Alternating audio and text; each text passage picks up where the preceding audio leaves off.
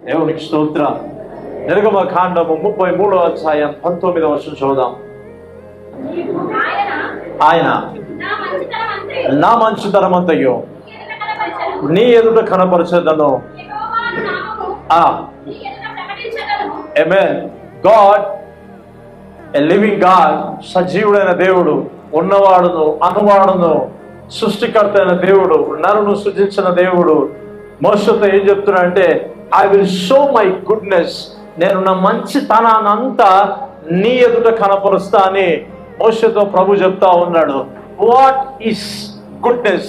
ఏంటిది ఆయన మంచితనం? ఏంటిది ఆయన మంచితనం అంటే ఏంటిదంటే, భూమి మీద ఎవరు చూడలేదంట, ఆయనను ఎవరు చూడలేదంట. ఆయన మహిమను చూసిండొచ్చు, కానీ ఆయన యొక్క ఆ అగ్నిని చూసిండొచ్చు, కానీ ఆయనను ఎవరు ఈ భూమి మీద చూడలేదంట.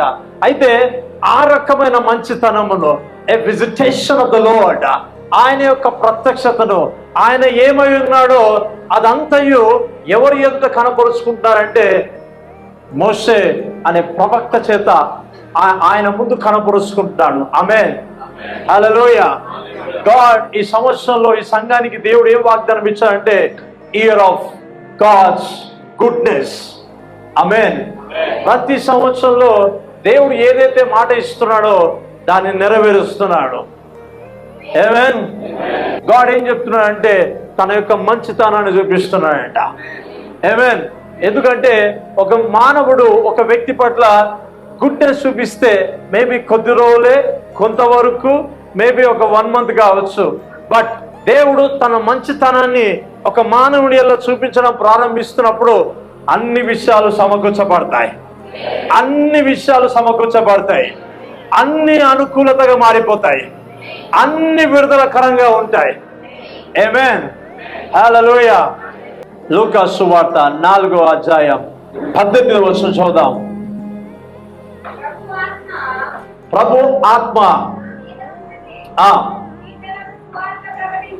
బీదలకు సువార్త ప్రకటించుటకై ఆయన నన్ను అభిషేకించెను, చెరలో ఉన్న వారికి విడుదలను, గుడ్డి వారికి చూపును కలుగునని ప్రకటించుటకును, నలిగిన వారిని విడిపించుటకును, ప్రభు యొక్క హితవత్సరమును ప్రకటించుటకు ఆయన నన్ను పంపి ఉన్నాడు. ఆమేన్.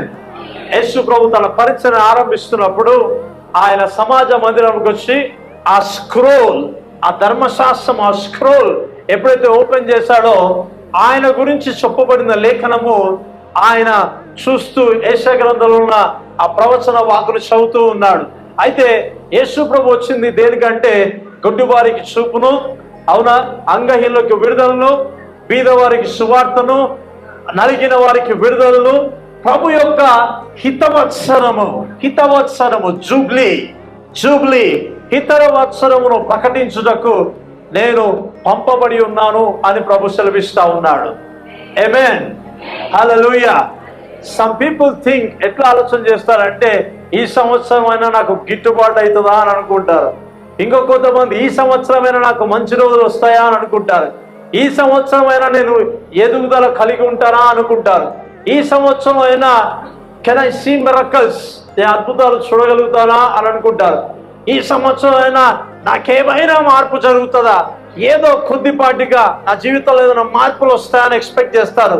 అయితే ఎక్స్పెక్ట్ చేస్తున్న ప్రతి ఒక్కరికి ఒక గుడ్ న్యూస్ చెప్తూ ఉన్నాను. ఏంటి తెలుసా? సంవత్సరము నీకు ఆశీర్వాదము తీసుకురాదు కానీ యేసుక్రీస్తు ప్రభు మాత్రం నిన్ను ఆశీర్వదిస్తాడు. హల్లెలూయా.